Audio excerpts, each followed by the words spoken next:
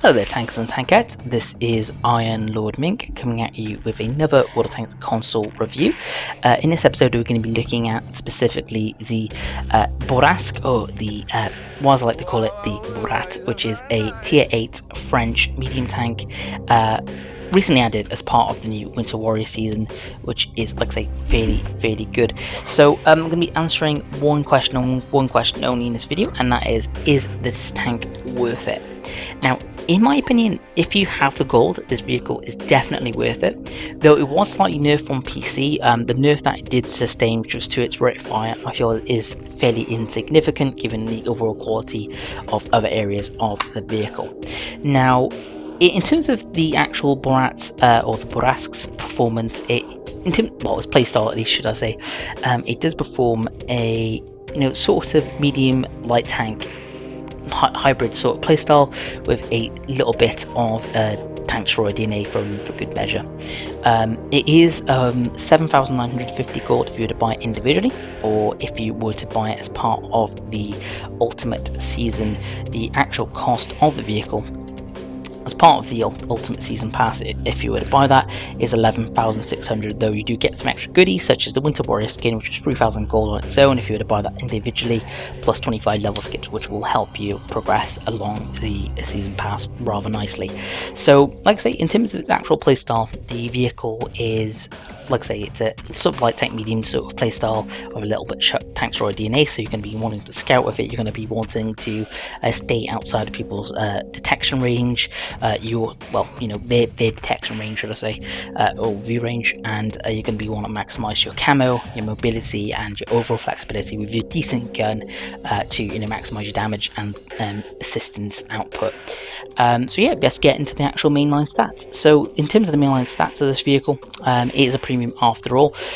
You do have a 150% silver in rate, which is pretty much standard for a tier 8 premium. It's fairly average across the board, though there are some premiums with a tier 8 with a little less silver earnings, some premiums with a bit more silver earnings, but like I say, it's slap bang in the middle there with 50% extra silver per game.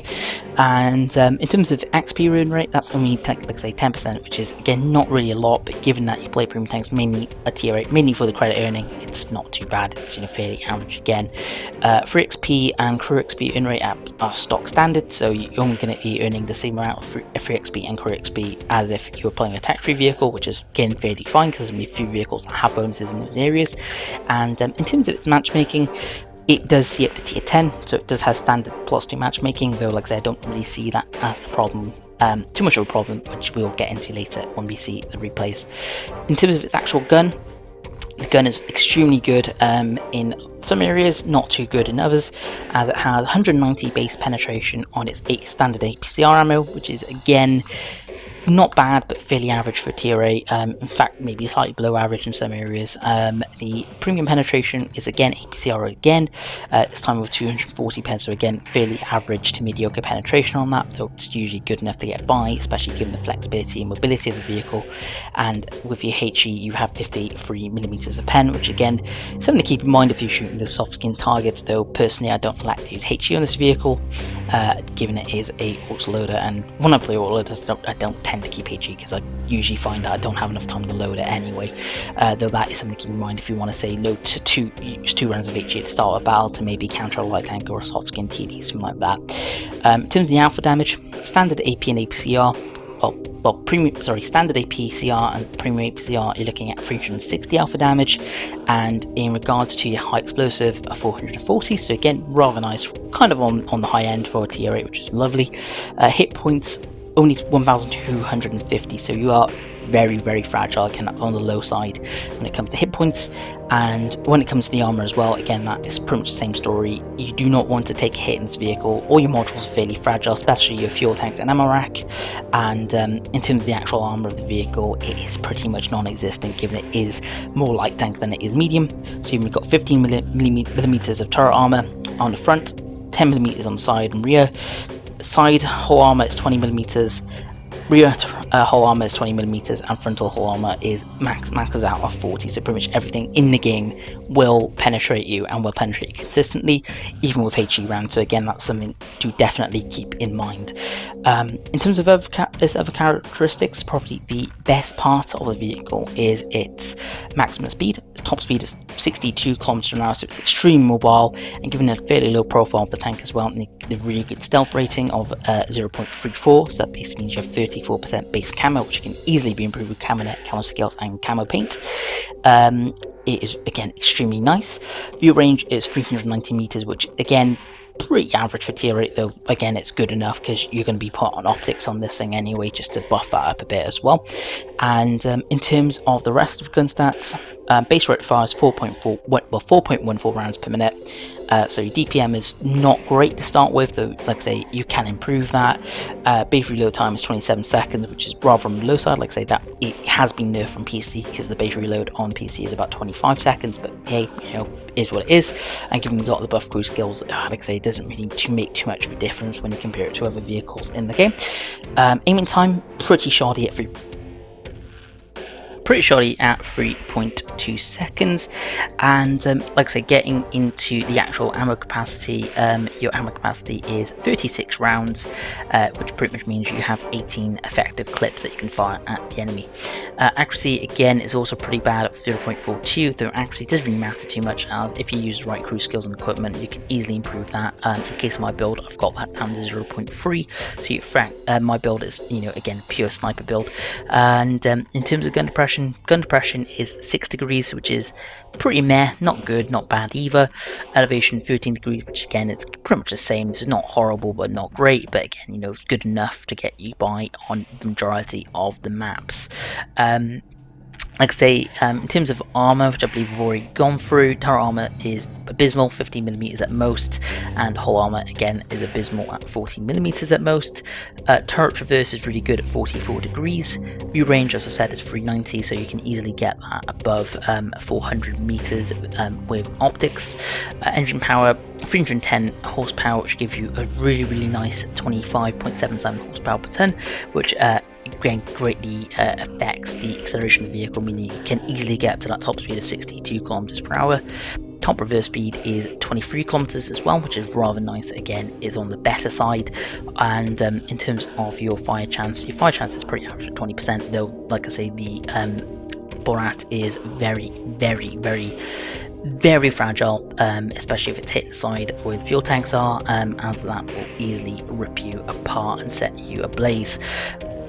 The traverse speed of the hull is 40 degrees, so again it's extremely agile, with terrain resistances being 0.7 and 0.8 for hard and medium terrain, and 1.4 for soft terrain, which again means your acceleration on pretty much all terrain and ground types is going to be rather good, with a signal range as well of 750 meters. So, which again is pretty standard at tier 8 anyway, so there's nothing to really worry about. You're always going to be in contact with your allies, especially given that you're going to be mostly probably taking on the spotting role. So yeah, like I say, in terms of this vehicle, it is extremely potent. In terms of my build, talking about builds, I'm currently using optics to improve the view range, ventilation to improve all crew skills, and basically buffer the tank completely. Vert stamps to increase the accuracy and reduce the aim circle by 20%, and camo net, dumping the HUD equipment for camo net just to improve the camo factor even more, given its thing is more of a sniper light tank hybrid, which is rather nice. In terms of my command skills, I'm currently using Brothers in Arms, repairs, situational awareness, camo, muffled shot, rapid fire, steady aim, snapshot, and smooth ride. Reason I'm using these skills is Brothers in Arms obviously to buff up everything and just make the performance of the vehicle way better. Repairs, because I run repairs on everything, because it does literally save your ass on many occasions. Situational awareness to buff up the view range and go above that 440 view range cap. Camo and muffled shot to maximize your camo rating while stationary and after firing. Rapid fire, given it's an autoloader, you want that extra 10% to reload, especially given given the fairly low DPM of the vehicle. Steady aim, smooth ride, and snapshot, just to improve the overall gun handling and accuracy of the vehicle. Though in terms of my build, you may want to substitute some of those skills, so maybe sight driving as well, if this is a specific Borat build. Though given that, for me, like, I don't really plan on running a specific build to Stank. I kind of just built a generic build for something that I would use, say, with Batchat 25T, or, you know, again, my French light tank, which is pretty much where this crew came from. So that is, again, rather nice. In terms of equipment as well, like, say, as I said, I run a lot of big expensive first tabs on the camo net. You may want, depending on your playstyle, you may want to swap out camo net for the HUD equipment, if that's something that, again, you rely on. Or you could even run, instead of camo net, you could run gun lane drive in its place, just to improve, again, the aim time, make it, you know, fast aiming. And if you want to go for, say, a more combat oriented loadout, like I say, I wouldn't recommend it, because you do have that really good camo, and, you know, again, aim time isn't really too much of a concern when you buff up the accuracy anyway. Plus, given the really good camo rating, you can have plenty of time to aim and, you know, take shots at your targets. So yeah, that's pretty much it. And like I say, let's get into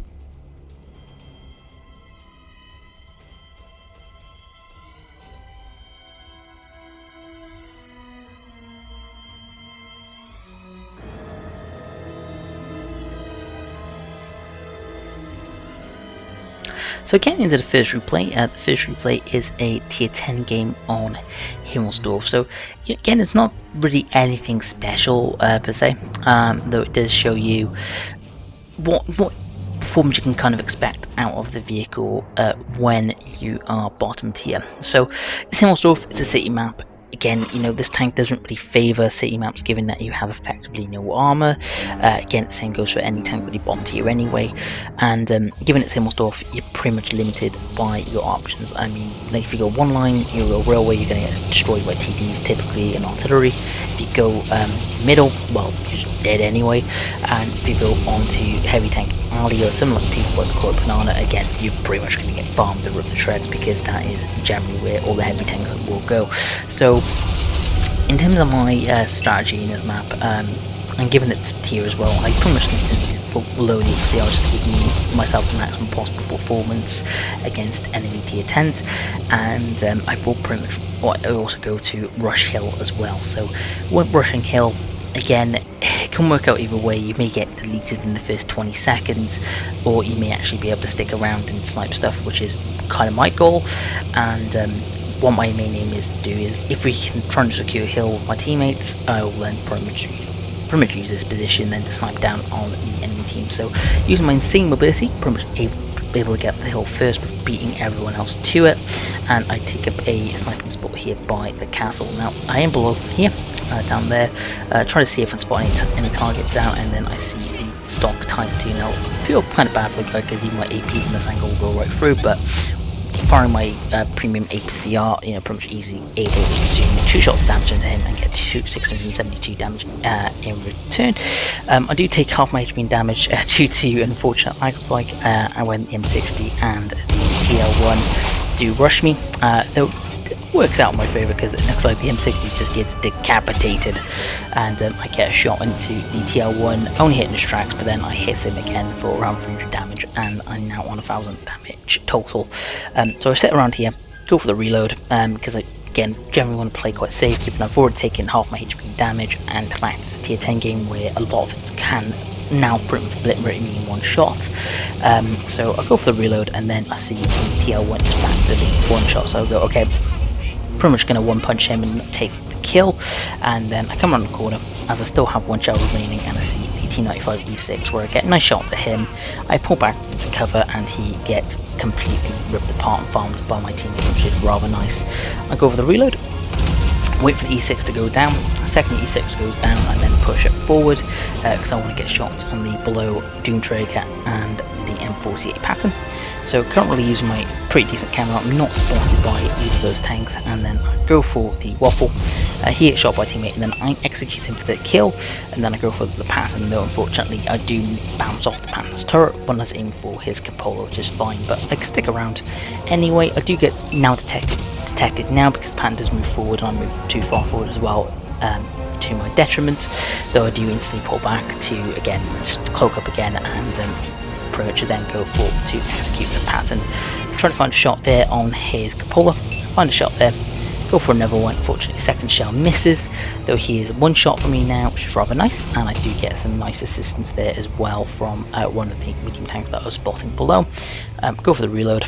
I take my time because I know the pack can't spot me anymore, and like I say, because he's just outside my detection radius, and what I then do is I try to aim in on the, I believe it's T54 that pushed up, it might be T62. Unfortunately, the gun gets thrown in my face from the AMX-30, and then I reload to execute the pattern. So, not a bad game. Pretty much this is all that is to show, unfortunately, because the game practically ends here for me. You know, I don't get any further damage or anything, but you know, skipping ahead to the post-game results, to see how well we did. So it was an epic victory for our team because we pretty much dominated the enemy. So I was MVP. 3 kills, 2,133 damage, 419 assistance, and the fact I was doing damage to mostly tier 10s, 54,000 credits made, lavish Lyos medal, and a 3rd class with 1,387 base experience. So again, not a terrible battle. Again, it was rather average, but I just wanted to show you, you know, the sort of performance you can get out of this vehicle and the sort of income you can make even when you pretty much load full APC. Although, like I say, this tank generally will perform better when it's top tier, as with any vehicle in World of Tanks. Though, getting to the next replay as well. Next replay is going to be a game on Arctic region where I pretty much showcase again what you can do in this vehicle with insane scouting potential, and of course, you know, again, it's generally quite good gun. It's a tier 10 game on Arctic region, so with that in mind, I pretty much stick to my normal strategy when I'm on Arctic region in this spawn, where I try to rush the A1 corner to move to A4 and then pretty much spot from that position where I can then detect any enemy on the hill, detect into the middle, and usually they'll get farmed by the TVs that go to the corner fill, or teammates that go to A1 to support me. Now, it doesn't actually quite pan out as well as expecting. Again, that's like the general strategy, though. Like I say, you know, World of Tanks is like there is a little bit of random involvement, and in some cases your team just doesn't really deploy how you expect. I believe in this case most of my team end up going to the middle, which is rather weird, but it doesn't really matter because I do make the most of it. So, like I say, sticking to my standard strat on Arctic region, I do move to the A4 position.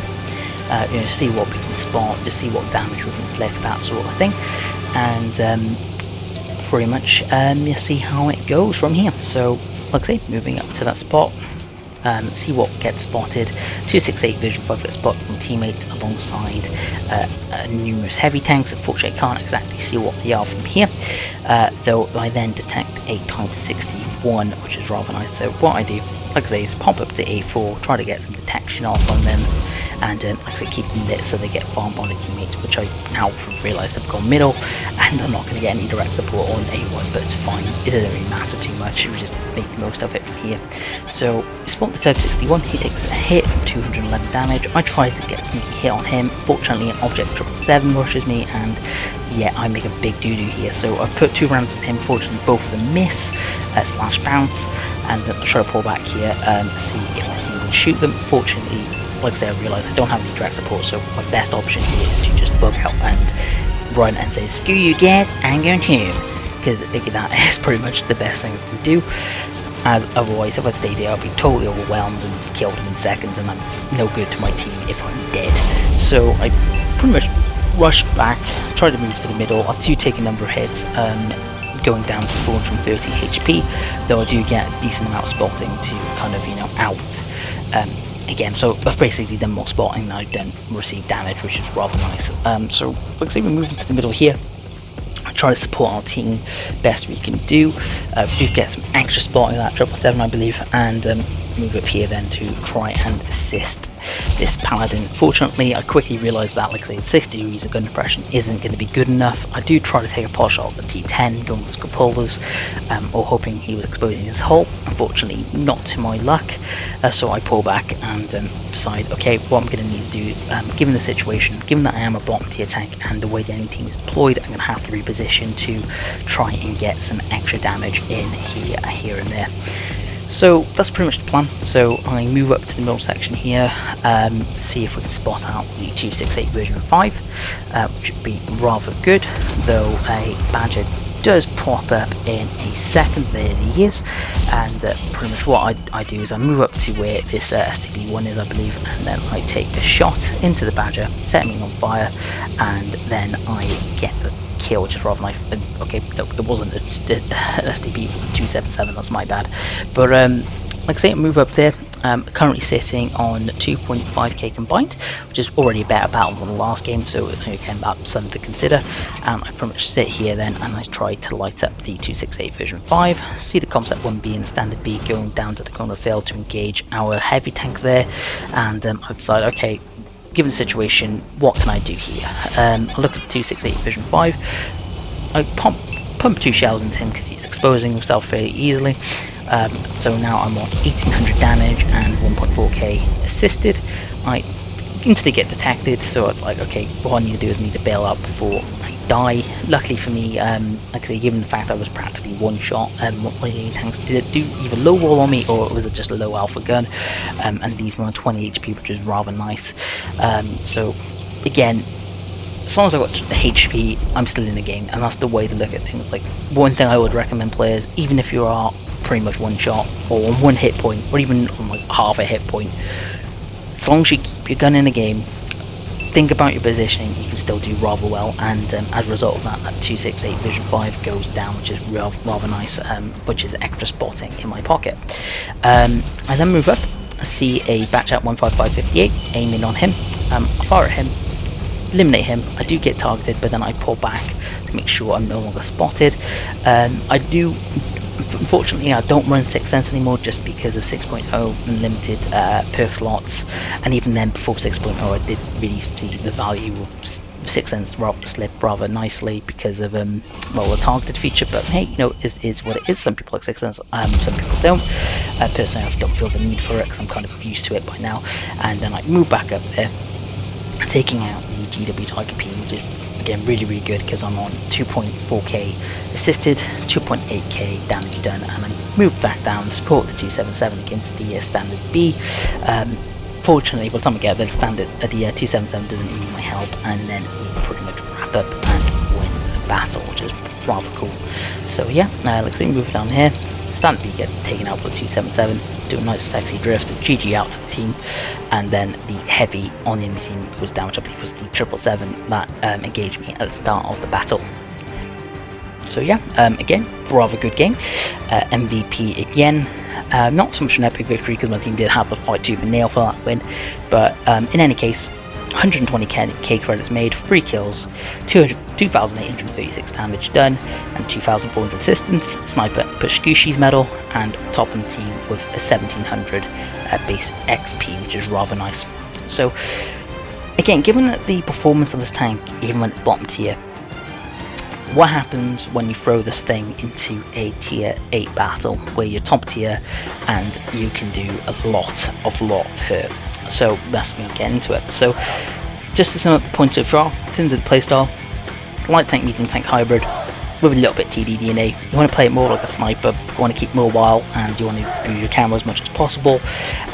Keeping in mind the fact that you do have fairly long reload, and again, in terms of your build, I would recommend if you do put a build in this tank, do something to maximise your camo and gun handling statistics as well as DPM, just to make the most out of this thing's capabilities. So yeah, let's get into it. So Sand River. So in terms of Sand River, and how I like to play that map, I tend to like to go to the A0 spot. Just the main reason for it is just because if you go to A0, if you're in a fast tank, which this thing definitely is, going 62 kilometers per hour with an incredible horsepower per turn and decent train distances, you can usually be the first tank there and use that then to spot out the enemy team. So that's going to be my goal going to Sand River, and as well, especially given it's a tier 8 game, I know that I can do a lot of hurt. So, you know, like I say, let's get into it. So, once the battle starts, I immediately start heading towards A0, just quickly check that matchmaking, and yep, it is a tier 8 game, and knowing that in tier 8 and the fact that the last couple of battles I played in this thing were again -2 games where I was bottom tier, I was kind of like, you know, clapping, you know, my lips, I guess you could say, you know, just saying, okay, this is going to be a good game, I'm going to make most of this. So yeah, we move ahead. Enemy, well, allied tiger shark ahead of us as a point man, basically scouting for us, which is again not something that I necessarily require, given I am in the Borat and it does have extremely good view range. I think my configuration gives it about 455-ish meters view range, and so I don't really need him spotting, but again it's nice to have to know what is ahead of me, so that again is something to consider. I take the shortcut route here, pushing up the middle part of this little ridgeline and stuff, just because I can see the point of going a long way, given this thing is incredibly mobile and I will be pretty much anyone there. Seeing A43 gets spotted by the tiger shark, he's going to have a bad day, and I pump 2 rounds into him, leaving him on 1 shot, go for the reload, and then decide, okay, while I'm reloading, I'm just going to poke this ridge here just to see if there is anything there, because if there is something there I can immediately pull back. If not, I can usually spot it over that, you know, over the hill, and see what is going on. So yeah, pretty much nothing there, which is rather good for me. I get a reload, see the KV-85 again gets a spot by the tiger shark and to start getting ripped apart, which is kind of bad for him, but like I say, you know, that's what happens when you're tier 6 in a tier 8 game. Nothing can't be helped. I get a shot into him, put my second round into the huntsman. So at this point in time, I pretty much realised this side of the map completely clear of any enemies, and given that fact, I'm like, you know, what I should be really doing is I should just be again really aggressive now with this tiger shark, and again just harass the enemies, keep them there, and just being a pain in their backside, because no one likes again a 2-shot auto-loading tank with really decent alpha at 360, so that's effectively 720 potential damage a clip, you know, right up their backside. Huntsman there gets absolutely shat on by artillery, because of course it's artillery. Nothing against it, it is part of the game, but like I say, it isn't nice to get shot by it, I guess. And move up there with the huntsman now within 1 and 2 shot range. I fire 1 round into him and then I execute him. One thing to keep in mind is the interclick on this tank is very fast at around 1.5 seconds, so again you don't have to stick around for long to unload your mag, which is probably the best feature about it. Again, it's not something that is shared by other French vehicles, it's more of a Czechoslovakian auto-loading sort of playstyle, which is rather nice, just like I say, you know, it's rather good. Drog in there kind of doesn't know what he's at, so I probably pretty much execute him, put in the second jump with Jackson up to get some easy damage. Fortunately I track him, but like I say, I track him, so I do get some assist. Duck and weave in here, get below his gun behind the ridge line, so pretty much safe for any, you know, enemy combat. Jackson gets nuked by our team, and I decide, okay, look, the enemy team at this point in time, they're all clustered in those dunes, they're all pretty much screwed at this point, and I start trying to rip them apart. First shell goes in that T-34-100, and retracts him. Second shell misses him by a mile, but hey, there's water tanks, and like I say, I decide, okay, at this point in time I need to be aggressive. We have got the tank lead, and we can easily mop these guys up. I see the M43 there aiming at me, and I'm like, okay, I don't want to take a hit from him, given that the, you know, buffs to actually also affect artillery when it comes to cruise skills and stuff. So I pretty much leave him to shoot, and then give him the 5 shot and get melted away. Go for a shot at King Tiger. King Tiger gets knocked out. For a second shot to the T-34-100, and then like I say, I continually push then to, like I say, trying to get around them. Though I do make a massive misplay here, because I was kind of expecting that the T-34-100 would be alone, he wouldn't really focus me, and I could probably reload without him paying attention, but he does quickly swap to me. Hits me, damages my ammo rack just before I completely reload. I repair the ammo rack instantly, but that did delay the reload by a significant amount, and then I do get set on fire, which is not nice at all, especially right after I use my repair kit, and in fact I don't have a fire extinguisher in this vehicle, but hey, here's what it is. Do reload eventually and kill the Cromwell. T-34-100 gets knocked out by one of my teammates. I'm currently on 2,900 damage, 470 assistance, which is rather nice, and I decided, okay, look, there's only 2 tanks left, guarantee is they're going to be by the cap, and I want more damage, so I just, you know, steam full power right back to the base, because I want, like I say, a little bit more damage for my game, because, you know, more damage, more XP means more credits, which is rather nice. So, head back to the base. I know I can beat them there. Even if both of them were capping, I probably would have made it back in time to spot at least one of them out for the reset, so again I wasn't really worried. Both of the enemy tanks do start capping, though they do quickly realise they can't win by cap. Spot the enemy Borat, hit him once, knocking out, damages his engine, hit him again, and then he basically drives away to cover and accidentally commits seppuku, which is kind of a meme. So I'll reload again.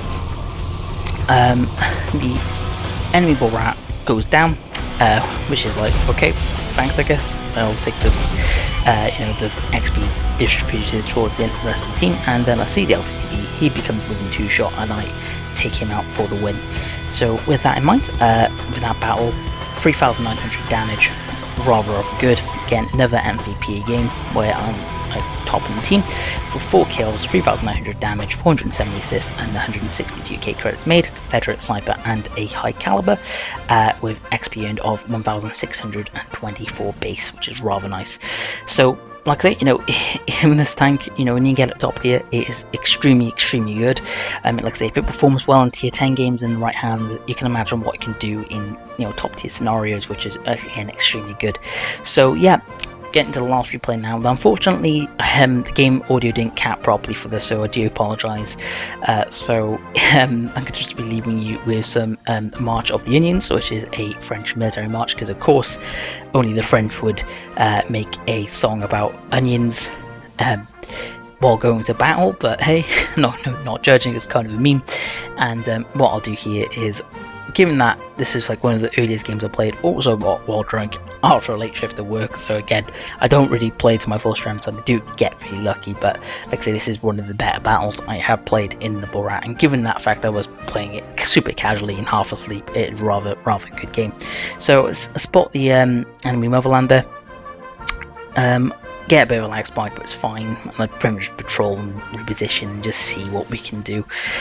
But most of the team is concentrated on where the airfield would have been if this was the original version of airfield, but of course it's South Coast, and South Coast is crap. That's just my opinion. Some people like the map, I don't. I personally prefer the old school airfield, and many of the old school classic maps, but that's just me. South Coast is one of like those maps which is like again, it was like sort of like put together, try to be different, but it doesn't really work out. Not to say Wargaming Console are bad designing maps, because they are definitely good maps that they have made. I can point out Carnus, and believe the new maps that was introduced, I can't think of the name of it, but it was not too bad. And of course, other maps like LLMA and stuff, which are pretty good as well. But yeah, I get 2 easy shots there into the enemy light tank. He goes down. And then I decide, okay, I'm going to reload, I'm going to reposition, and then harass this T40 for 100, well, T44 100, or I believe it's just standard T44, could be wrong. Yeah, it's just standard T44. But he comes around the corner, completely oblivious to me. I go, okay, hi there, thanks for the free damage, thank you very much. Get 2 shells into him, and then I pretty much, chase him for a bit, duck into cover a bit, and then he pretty much doesn't realize I'm there till it's too late, and at which point I use my superior mobility in this vehicle just to get completely around him and just pass by like it's nothing, sort of taunting him in a way, which is kind of funny. And yeah, so I just reload, I come back around for another pass, and like I say, this T44 is not going to have a good day. I did see he has 1 mark back, so I kind of feel bad because I think he was going for mark, so sorry to that dude. And then I put a round in to execute him, see a Dragon, put a shell into him there. Our Huntsman's getting ripped apart, but hey, it's fine, nothing much I can do about that. And then I decide, okay, what I'm going to do, I'm not going to fight that directly, because even though I can reload and peek that corner again, what's probably better for me to do is to drive to the enemy spawn and just get around them and just completely, be a pain in their rear end, so to say. So pretty much go for the enemy spawn, pretty much uninterrupted, reload again. Got 30 seconds on cooldown on my rations, which is rather nice. I'm just shy of 2k damage done already, which is also really good. So again, that's something to look forward to. And yeah, so get some extra assistance there from the medium tanks I was spotting. Come around the corner here, see a Centurion, and like I say, just easily double tap him. So put 1 round in, he takes a hit from a teammate, and then I execute him for a kill. So at this point, 2.5k combined. Though nothing really special so far, it will pretty much get a little crazy fairly soon, which is rather nice. I pretty much drive back towards the enemy team because I'm like, look, they're all clustered in that corner by looks of things. Easy damage, easy, get easy damage, easy XP, easy credits. Pump the corner here, go for the KV4, execute him, go one round left in the mag, and then I go for the enemy huntsman Centurion and I take him out of the battle, though it does take me a little while to adjust my gun depression just on my tank just to get the gun down, which is fine, given the thing has, like I say, fairly low profile, and it's got 6 degrees of gun depression. 2.8k combined now.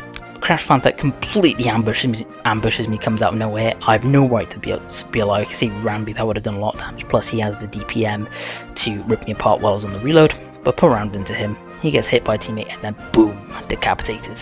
So that's like, again, easy damage right there. Another kill, currently on 3.7k combined. In fact, even more than that actually. 4k combined, if you include the total assist I got there in the last second. Go for the reload again. Enemy SU-130 there, again, it reacts a little too late and I just quickly dispatch him. That's another kill, 4.4k combined, and that just leaves then the enemy freedom. So I go for the reload. I pretty much know that I've still got a decent amount of HP, so I'll reload before, like just after he gets his first round into me. First round I fire at him, unfortunately misses. He rams me a little bit, which sucks, but hey, is what it is. So fire at him, like I say, I bounced, only hits tracks. He gets hit by a teammate, and then I quickly reload there with a really fast interclip and then dispatch him for the 7th kill. Yes, I had 7 kills in this battle, which was rather nice. So again, probably the best game I've played in this tank so far. MVP, 7 kills, 4,340 damage, 429 assists, 134k credits made. Again, it's shit ton of experience, which is lovely. And in terms of medals, Devastator, First Class, Sniper, High Caliber, and of course the Top Gun. So again, it was a really rather nice battle. In terms of the total score, 1,902 assist base experience earned.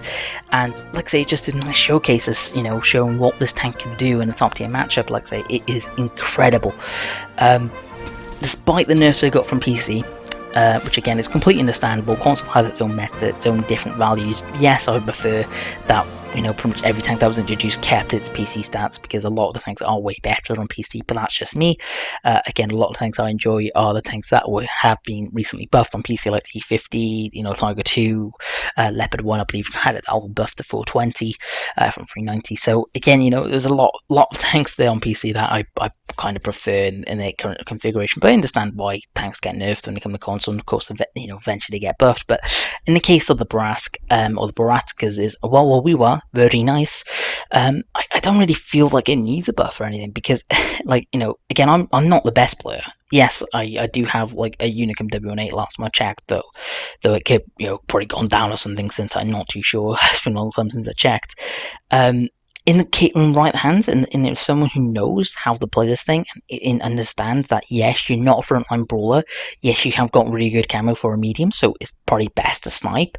Again, there's a lot of potential in this vehicle, and again, it's rather nice, and it's probably one of the better vehicles that have been introduced recently. In terms of the vehicles that have been recently introduced, like the M41D Bulldog, of course the Borat, the Object 777, and the Pattern Hybrid, I'd say it's probably the 3rd best vehicle introduced recently. The M41D probably would be 2nd, and then of course the Pattern Hybrid, again, that just stands out number 1, because it's the more desirable tank given it is a tier 10, and secondly, again, it's just got incredible DPM and it's just a fun tank to play. But either way, like I say, in summary, this tank, is it worth the gold? Definitely. Is it worth waiting for a sale? Definitely, if you have to. And is it worth buying the skin separately? No. If you the Winter Warrior skin, it's in my view, it's a bit of a scam. 3,000 gold is way too much. If it's about 1,000 gold, it'd be fine, but 3,000 gold is a little bit crazy. Again, that doesn't really matter too much if you do buy the Ultimate Season Pass, which is probably the best band for buck anyway. But either way, like I say, hope you enjoyed this video. Pretty much just wanted to do a quick review of the Borat, just make people aware of how I feel about it, what levels of performance you can get out of it, etc. And well, at the same time as well, like I say, thank you very much for watching. If you do enjoy WOTC's content, make sure to like and subscribe. Also, make sure to check out some of my friends at the channel, such as Lucky Star Pie and Renegade Central. I'm going to link their channels in the description again. If you like my content, you'll definitely like theirs. Plus, their content is probably way better and more finesse than mine anyway. And in regards to that as well, if you want to, like I say, keep an eye on my content and stay up to date, follow the Twitter. And in regards to if you want to just speak to me in general or speak to some, like I say, Renegade or others, we've got community Discord, and like I say, it's rather chilled. So if you want to have a chat, join us there. If you want to see some more tanks gameplay, join us there. If you want to keep up to date with our content, join us there. And if you just want to speak to other like-minded people, again, it's a great place to be. So highly recommend those things. And like I say, thank you very much for watching. I hope you enjoy, and keep on tanking, folks. The first replay.